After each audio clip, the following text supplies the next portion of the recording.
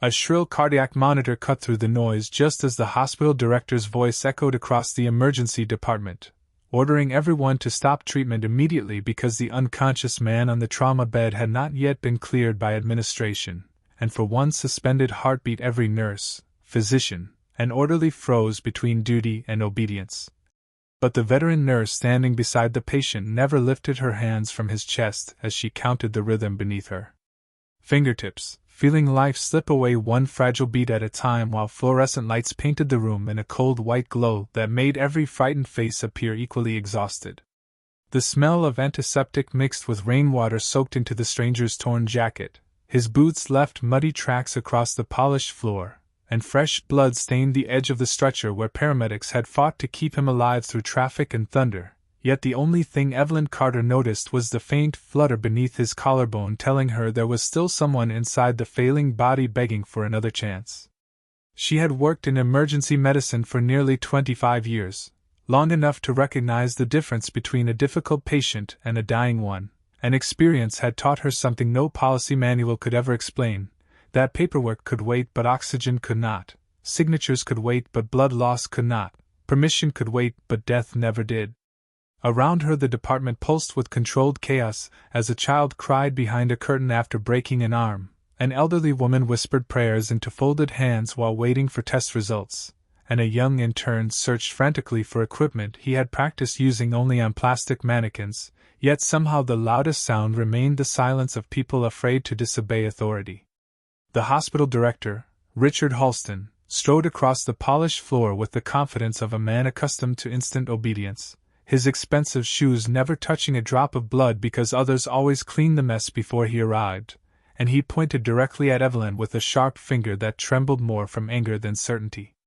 He declared that the unidentified patient could not receive further treatment until legal authorization had been completed because the hospital had already absorbed too many financial losses from unknown admissions, insisting that protocols existed for a reason and anyone ignoring them would answer personally for every consequence. Several younger nurses exchanged uneasy glances, each remembering stories of employees who had quietly disappeared from the schedule after challenging administration, while physicians lowered their eyes toward electronic charts rather than the man gasping for breath only a few feet away. Evelyn listened without interrupting, her weathered hands securing another intravenous line as she calmly instructed the respiratory therapist to increase oxygen flow, speaking with the quiet confidence of someone who had learned that panic spreads faster than hope. She never raised her voice because she understood that certainty required no performance.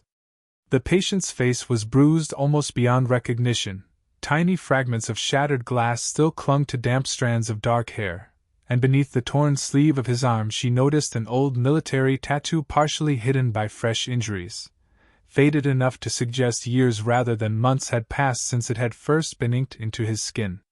Most people would have overlooked it amid the emergency, but Evelyn possessed the habit of seeing details others dismissed, a habit developed after decades of discovering that survival often depended upon noticing what everyone else ignored. While cutting away his damaged clothing, she carefully removed a worn steel bracelet attached by a frayed cord, its scratched surface revealing years of constant use rather than decoration, and she placed it gently into a clear evidence bag instead of tossing it aside with ruined fabric because instinct whispered that objects carried stories long before people found the strength to tell them. As another nurse searched the patient's pockets for identification, a small laminated card slipped unnoticed toward the floor, landing beneath the stretcher where only Evelyn happened to catch the faint reflection of its metallic surface. She bent naturally while adjusting an infusion pump, retrieved the card without attracting attention, and realized it contained no ordinary identification but an unfamiliar pattern of markings that resembled encrypted security credentials rather than a driver's license. Without hesitation, she sealed it inside a protected envelope marked with the patient's belongings, documenting its discovery exactly as procedure required even though she had no idea why the card felt strangely important. The director mistook her silence for defiance. His face reddened as he stepped closer, accusing her of deliberately violating direct orders in front of every employee gathered around the trauma bay. He demanded that security remove her immediately before her behavior encouraged others to ignore administrative authority, insisting that compassion without discipline endangered the entire institution. The accusation drifted through the emergency department like smoke, leaving nurses staring helplessly at the woman who had mentored many of them through their first terrifying night shifts. None of them believed she deserved humiliation, yet fear held their voices hostage. Evelyn finally looked up from the patient, not with anger but with quiet disappointment, and simply asked whether anyone intended to explain to the unconscious man why his life had been considered less urgent than a signature. No one answered. Even the director seemed unable to fill the silence that followed. Then the cardiac monitor dipped again. Instantly Evelyn resumed compressions beside the physician, every practice movement flowing with the precision earned through thousands of emergencies, and after agonizing seconds the rhythm returned, weak but unmistakably alive. Relief flickered across exhausted faces before being replaced once more by dread as two hospital security officers approached carrying official suspension paperwork, already prepared with astonishing speed. One apologized softly while reaching for her identification badge, unable to meet her eyes. Evelyn unclipped it herself and placed it carefully into his hand, never stopping her final instructions to the team about medication dosages, airway monitoring, and neurological observations before stepping back from the bed. She glanced only once toward the unconscious stranger. His breathing had steadied slightly, but his fingers twitched almost imperceptibly against the blanket, brushing the empty place where the worn bracelet had rested moments earlier. Something about that tiny movement settled uneasily in her mind. She could not explain why, only that years of experience had taught her to trust instincts born from countless nights between life and death. As security escorted her toward the emergency entrance, rain hammered against the glass doors with increasing violence until the sound was suddenly overwhelmed by the roar of engines stopping outside. Bright headlights flooded the reception area. Black armored vehicles rolled into position with astonishing precision. Within seconds, heavily equipped soldiers moved through the storm, surrounding every entrance to the emergency department, while stunned patients and staff watched in absolute disbelief. No one spoke as disciplined boots echoed across the hospital floor. Then a commanding voice shattered the silence with a single question that drained every trace of confidence from the director's face. "Where is the nurse who refused to stop treating our man?" The emergency department seemed to stop breathing as every conversation dissolved beneath the synchronized footsteps of the armed team advancing through the entrance with disciplined precision, rainwater dripping from their uniforms onto the polished floor while patients, visitors, and staff instinctively moved aside, not because anyone shouted but because the quiet authority surrounding them left no room for uncertainty. The commanding officer surveyed the room with steady eyes that missed nothing, from the abandoned suspension paperwork lying on the nurse's station to the frightened intern still clutching unopened medical supplies, before repeating the same question with measured calm. "Where is the nurse who refused to stop treating our man?" Richard Halston stepped forward before anyone else could answer, smoothing his expensive jacket and forcing a confident smile that failed to hide the perspiration gathering along his forehead. He explained that the employee in question had violated hospital policy, ignored direct administrative orders, and was already being removed from duty, insisting that the hospital maintained the highest standards of compliance and discipline. His voice carried the practiced rhythm of someone accustomed to controlling difficult conversations, but it faltered when the officer neither acknowledged nor interrupted him. Instead, the commander simply asked where she was now. Security had barely escorted Evelyn halfway down the corridor when another soldier approached with surprising courtesy, requesting that the officers pause. There was no aggression in his voice, only unmistakable authority. Confused, the security guard stepped back while Evelyn turned slowly to face the group approaching her. She expected another interrogation, perhaps even detention. Instead, the commander gave a respectful nod and thanked her for acting immediately when others hesitated. Before anyone could process those words, he requested that she accompany him back to the trauma room because every decision she had made since the patient's arrival needed to be reconstructed minute by minute. Richard seized the opportunity, interrupting with renewed confidence. He argued that reviewing the incident would only confirm that Evelyn had endangered the hospital by disregarding lawful orders, adding that compassion could never excuse professional misconduct. Several administrators standing behind him nodded nervously, relieved to hear familiar arguments return to the center of the conversation. Yet none of the soldiers appeared interested in assigning blame before examining the facts. Inside the trauma bay, the unconscious patient remained connected to monitors that now displayed a fragile but steady rhythm. Physicians continued working quietly, careful not to interfere with whatever investigation had suddenly unfolded around them. The commander asked Evelyn to describe everything she had observed from the instant the ambulance doors opened. She answered without embellishment. She explained the patient's declining oxygen saturation, the internal bleeding she suspected, the old military tattoos she noticed while exposing injuries, the worn bracelet she preserved among his belongings, and the unusual laminated card she secured because it appeared important enough not to be misplaced.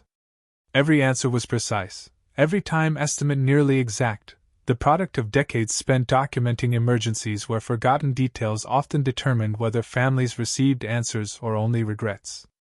One of the soldiers quietly checked each statement against a tablet already displaying hospital surveillance footage synchronized with medical records. Time stamps aligned almost perfectly. Medication orders matched. Procedures matched. Even the placement of the patient's personal belongings matched Evelyn's recollection. Richard watched the verification unfold with growing discomfort, realizing that every confident accusation he had made now existed beside objective evidence. Still unwilling to surrender control, he argued that the issue remained simple.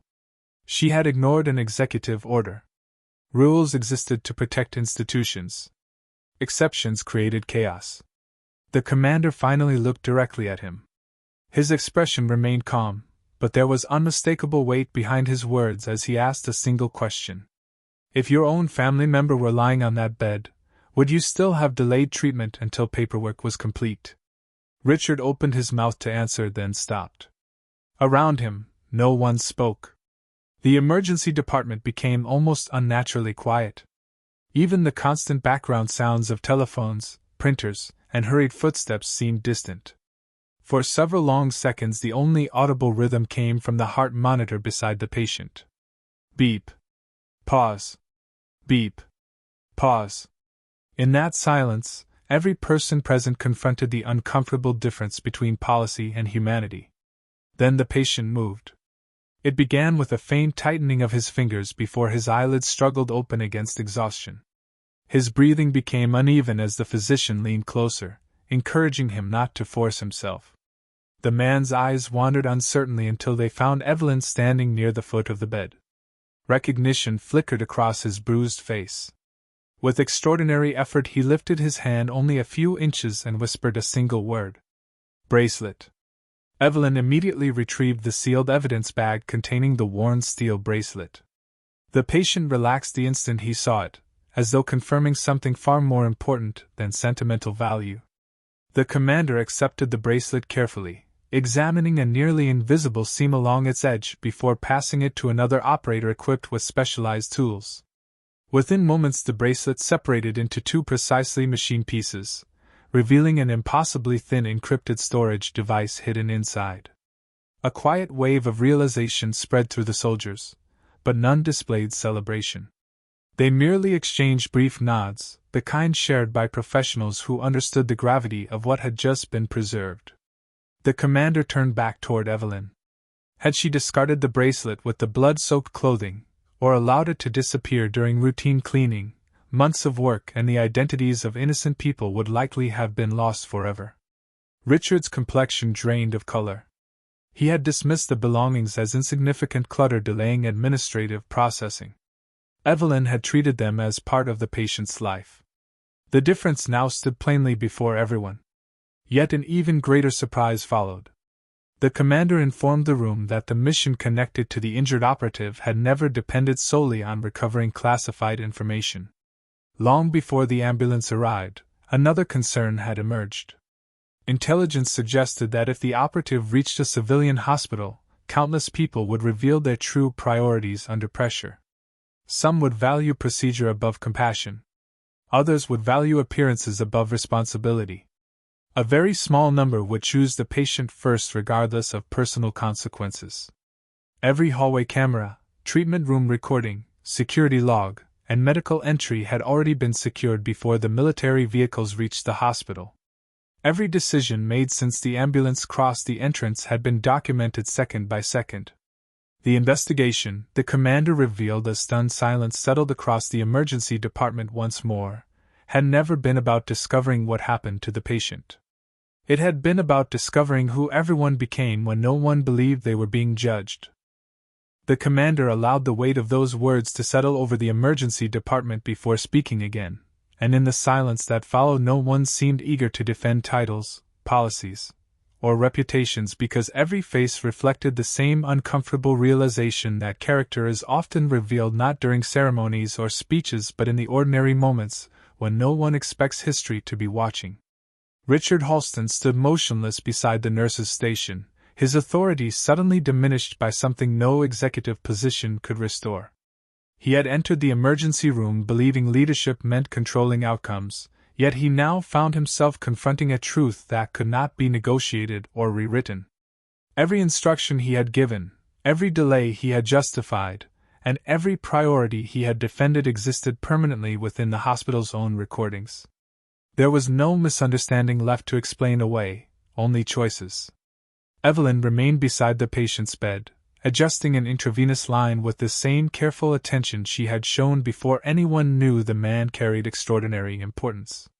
She neither celebrated nor sought vindication. To her, he was still simply another patient whose pulse deserved protecting. That quiet consistency did not escape the soldiers surrounding the room. One by one they lowered the alert posture they had maintained since arriving, replacing tactical vigilance with unmistakable respect. The commander approached Evelyn and returned the worn steel bracelet after the encrypted device had been safely removed. He explained that the bracelet had belonged to one of the patient's closest teammates, a man who had never returned from an earlier operation. The injured operative had carried it ever since, not because it contained classified information, but because it reminded him that every mission was ultimately about bringing people home. Hidden inside it, however, was evidence identifying an international network responsible for placing innocent aid workers, medical volunteers, and civilians in danger across several countries. Recovering the information mattered. Protecting the person carrying it mattered even more. Had treatment been delayed much longer, both might have been lost forever. The patient slowly regained enough strength to speak more clearly. His voice remained weak, but every word carried quiet conviction. He recalled fragments of the crash, the desperate effort to reach the hospital, and the fading awareness that his body was beginning to surrender. What he remembered most vividly, however, was not the pain. It was hearing a calm voice refuse to give up on him while others argued nearby. Though unconscious for much of the ordeal, he had recognized determination in that voice before darkness closed in again. Looking directly at Evelyn, he thanked her for seeing a human being before seeing a problem. No applause followed. None was needed. Several younger nurses wiped away tears they had tried unsuccessfully to hide. The frightened intern who had frozen earlier lowered his eyes, understanding that the lesson unfolding before him would shape every patient he treated for the rest of his career. One physician quietly removed the suspension paperwork from the counter and folded it in half before placing it into a shredder without a word. The sound of the paper disappearing seemed strangely symbolic, as though fear itself had lost some of its authority. Hospital board members, having arrived during the unfolding investigation, requested immediate access to every security recording and administrative communication from the day. They listened carefully as witnesses described exactly what had happened. No one exaggerated. They did not need to. The truth had become powerful enough on its own. When Richard was asked why treatment had been delayed, he offered explanations about liability, financial pressure, regulatory compliance, and institutional risk. They were not entirely false. Hospitals do struggle beneath enormous burdens. Policies do exist for legitimate reasons. But as each explanation ended, one undeniable fact remained standing after every other argument had fallen away. A patient had needed help before he needed paperwork. That simple reality eclipsed every carefully prepared justification. Richard looked toward Evelyn, expecting anger after the humiliation he had caused. Instead, he found only quiet compassion. She carried no satisfaction at his downfall because suffering had never been her objective. She understood something he had forgotten over the years. Positions are temporary. People are not. That realization unsettled him far more deeply than public criticism ever could. For the first time in many years, he apologized without defending himself. The words emerged awkwardly, stripped of corporate language and practiced confidence. He admitted that somewhere between budgets, lawsuits, and quarterly reports he had begun measuring success by numbers instead of lives. Evelyn accepted the apology with a gentle nod, not because it erased what had happened, but because sincere accountability deserved the chance to become something better than regret. Weeks later, the emergency department returned to its familiar rhythm of alarms, hurried footsteps, relieved families, and quiet heartbreaks. Fresh paint covered repaired walls, new policies strengthened medical autonomy during life-threatening emergencies, and staff meetings no longer focused only on efficiency but also on ethical courage. The military team never returned. Their work continued elsewhere, unnoticed as always. The recovered intelligence quietly prevented future attacks that most people would never hear about, and that anonymity suited everyone involved. Heroism had never required an audience. On her first shift after the investigation concluded, Evelyn arrived before sunrise carrying the same worn lunch bag she had used for years. She greeted the overnight staff, checked supply cabinets, smiled at anxious patients, and tied her identification badge around her neck exactly as she had done thousands of times before. Nothing about her appearance suggested she had recently stood at the center of an event that would become a confidential case study in military ethics and emergency medicine. She had not changed because recognition had never been the source of her purpose. As the morning light filtered through the emergency department windows, the former patient, now walking steadily with only a slight limp, appeared quietly at the reception desk holding the repaired bracelet. He asked only to thank the nurse one final time before leaving. When they met, he placed the bracelet in her hand for a moment, and said he wanted her to know that courage is contagious.